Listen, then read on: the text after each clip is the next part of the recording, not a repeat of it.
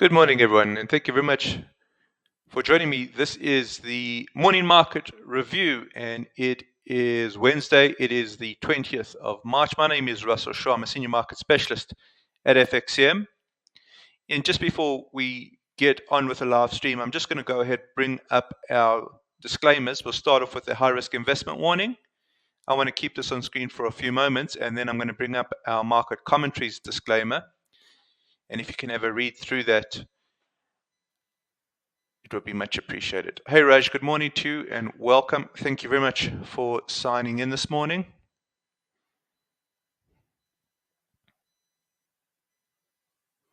Okay, I'm just going to keep the high risk investment warning on for another 3 seconds.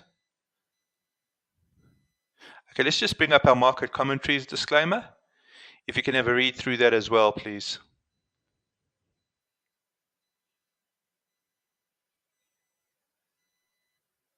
Okay, just another few seconds. Okay, thank you very much. We'll start off the analysis or the live stream by looking at our 10-year real rate. I'm going ahead and sharing that tab now. And what we have is the peaks and troughs that have been drawn in. So we've got the reference trough, reference peak, and here's the higher trough. Now, hey, Bra Shadrach, welcome, and thank you very much for signing in. I want to just remind you guys that this evening we're going to have the FOMC statement and press conference. It's going to be at 8 p.m. ZA, which will be 6 p.m. UK. There's going to be the new dot plots, and we want to just also listen a half hour later to the press conference. That would be Jerome Powell's press conference, and we want to see the tone of his press conference there, and that can have a bearing on the real rate. Now, what we have to keep abreast of is how this peak and trough analysis actually evolves. And what we can do is just draw in a line over here. Okay, I'm just going to make this a solid line, so make it just a lime green and a solid line. And if we get the real rate moving above this peak over here, okay, so if it moves above that peak, then what we're going to get is a higher peak. Then we'll be able to label this in as HP, higher peak. Higher trough followed by a higher peak. Well, that's an uptrend in the real rate. And I think that in terms of the stock market, that would be the worst case. And the reason it will be a worst case is because as rates increase, they act as a headwind against stock market, risk market instruments. So we want to watch how the reaction in the real rate, or what the reaction in the real rate is following the release of the dot plots, release of the statement, and then half hour later, we'll get the press conference. The other possibility here is that we don't actually get the real rate taking out reference P. What we may get is that it heads lower. In other words, there would be, let's just assume some sort of dovish communication. Then what we might get is instead of a higher peak, we may actually get a lower peak here. And that would be interesting. And we're going to have to watch that very carefully as well, because effectively, if we do get the lower peak here in the real rate, then we go into some sort of consolidation. So there is effectively a symmetrical triangle. And then we start moving laterally. And if we start moving laterally in the real rate, I think what happens is that we potentially may lose direction in the other instruments. So dollar might start drifting sideways with the real rate. If we start getting dollar drifting sideways with the real rate, it's going to make it harder for us to trade as traders. And the reason for that is because it's easier to trade a trend than a congestion pattern, and a triangle would be a congestion pattern. Hey Kim, good morning to you and welcome. So let's just take a look how this may transfer onto the US dollar. So we'll just go through and click on our plus button here. And what I'm going to do is bring up the US dollar. We'll just put this in a new pane underneath. Now, before we got this big movement up here in the real rate, so this movement up here in the real rate was, to me, a surprise. It was effectively a result of the hotter than expected CPI and hotter than expected PPI. That's really what drove this spark here last week. Before we had that spark last week, we actually had a breakdown in the US dollar. And it looked as if the US dollar was actually completing some sort of wedge. We had mentioned that quite a few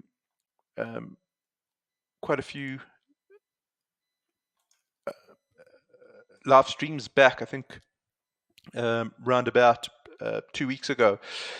You'll see if I go through to the daily chart, I'll just go daily here, the wedge is much more apparent on the daily chart here. And then we had the breakdown in the wedge. And to me, that was quite encouraging because it seemed as if we were getting a classical breakdown here in terms of a 1-2, 1-2,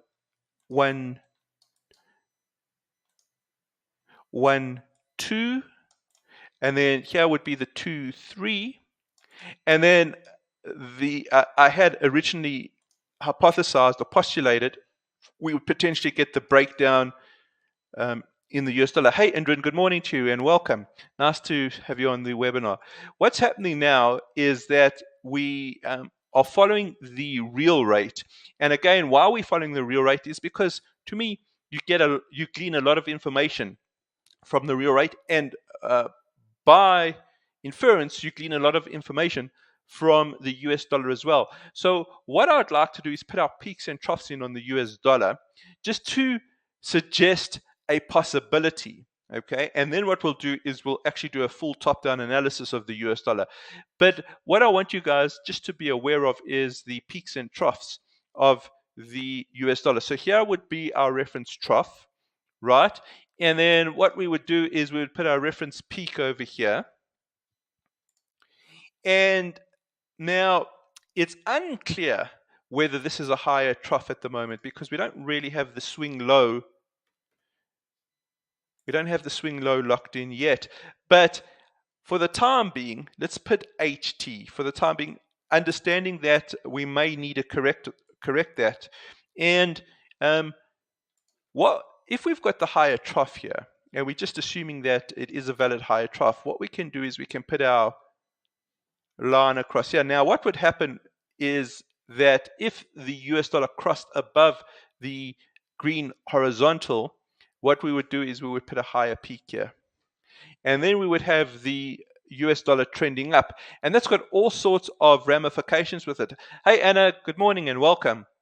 That would have all sorts of ramifications. It means that the US dollar is starting to trend up. If the US dollar is starting to trend up, that's going to act as a headwind on all the majors. So the majors potentially getting way down. And also remember, the US dollar is a safe haven. If we're starting to get an uptrend in the US dollar, then there's likely pressure that's starting to mount in terms of the risk assets. So we want to just keep an eye on whether we do take out this peak over here. Now, of course, the other option, just like the second option on the real rate was the lower peak, well, we've got the second option that we may have, instead of a higher peak, we could have a lower peak here.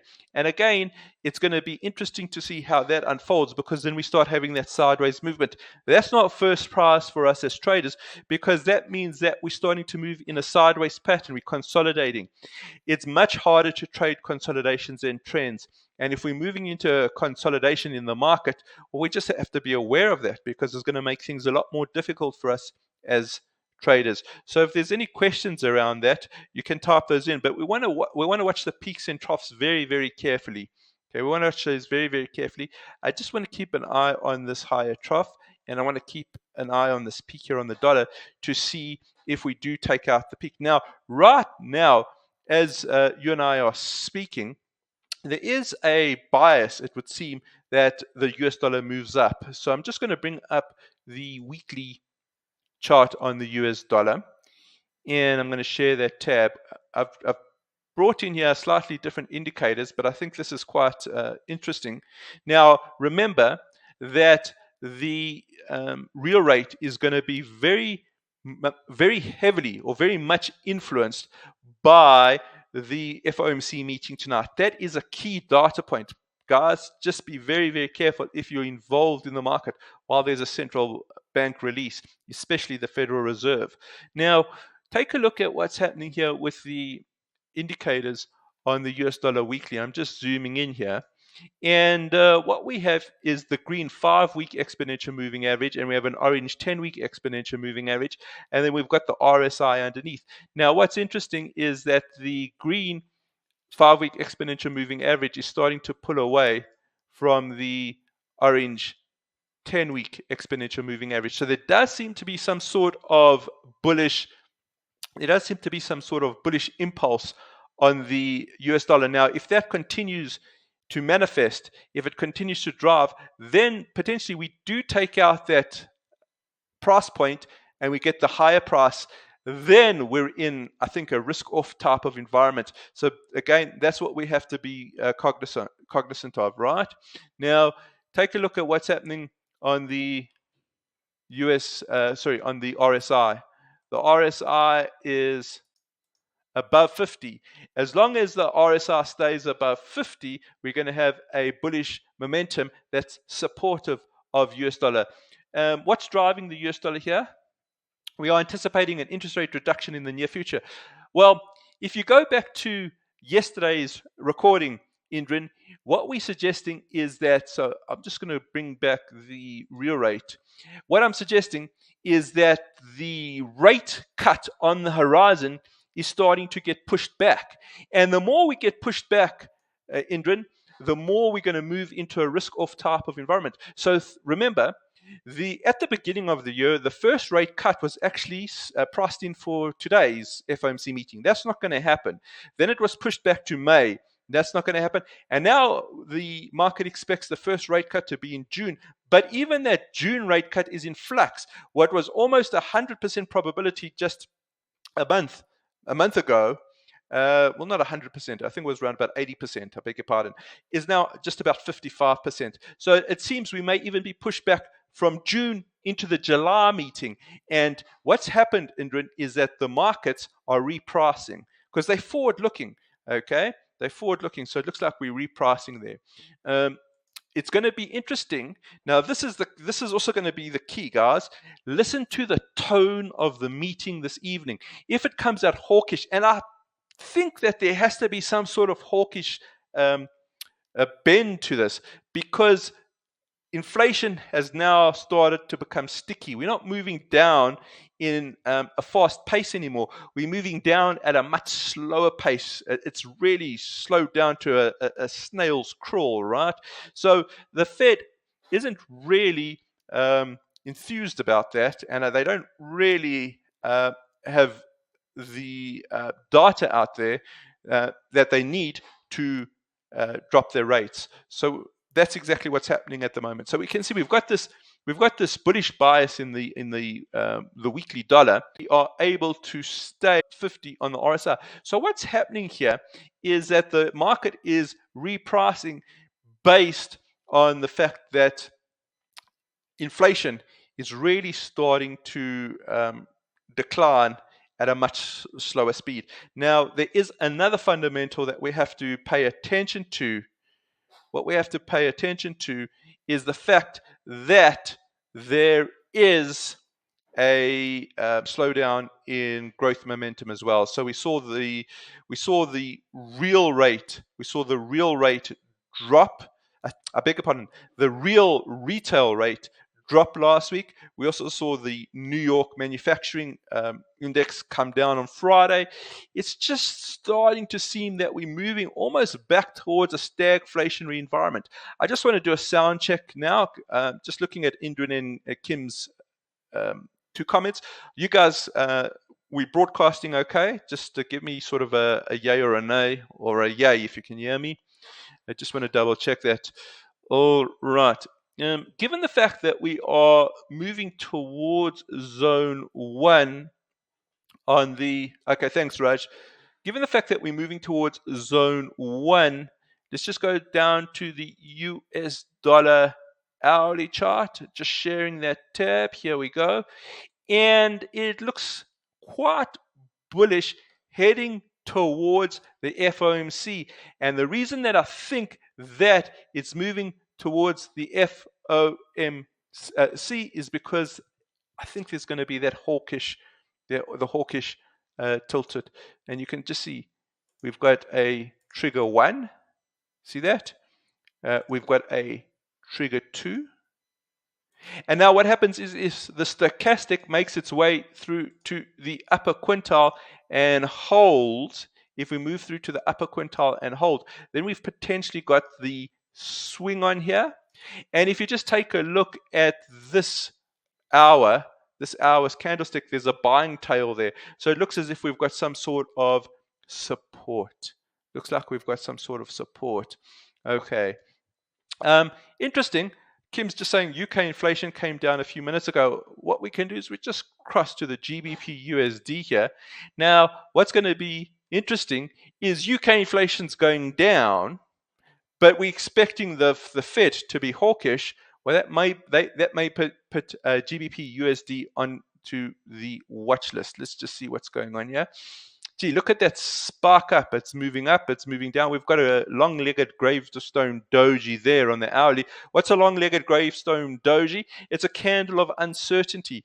Bulls trying to push price up. Bears trying to take price down. We're actually level on the hour. So a lot of uncertainty. Let's just take a look at GBP USD on the weekly chart.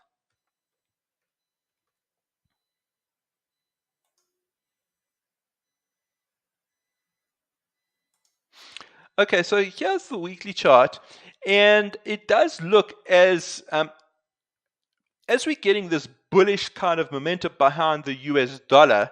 You can see that the EMAs are starting to roll over on the cable weekly chart, and not only are they starting to roll over, our RSI has dipped. It's heading towards 50. If it goes below 50, then we start having a negative momentum on cable. Cable potentially gets pushed back down, whilst the US dollar climbs. That again, I think, is a scenario that is growing in probability. And if it's growing in probability, I suggest that we are moving towards a risk-off environment. Last two charts, let's take a look at 3 charts. We'll take a look at gold. Then I want to take a look at, very briefly, DAX and S&P 500. So let's just see what the technicals are saying on gold. Given that US dollar is lifting, generally they tend to have a inverse correlation, although the correlation between gold and the dollar seems to be moving in a positive step at the moment. Let's just take a look at gold. So nice angle and separation here. We've got the green 5-week exponential moving average above the 10 exponential moving average. We've got that nice angle and separation, and the RSI is above 50. If we go through to our daily chart, I'm just going to bring this up for you guys so you can see that. Here is gold on the daily chart, and I'm just looking to see if we can get a dip in the uptrend here. And what's going to be interesting, just take a look at the RSI. Okay, just take a look at the RSI, and what we can do is we can draw a trigger line down on the RSI, and it's starting to break out to the upside. I just wonder if this is going to be rejected because of the FOMC meeting tonight. Let's just go down to gold's hourly and see what's happening in terms of the hourly chart.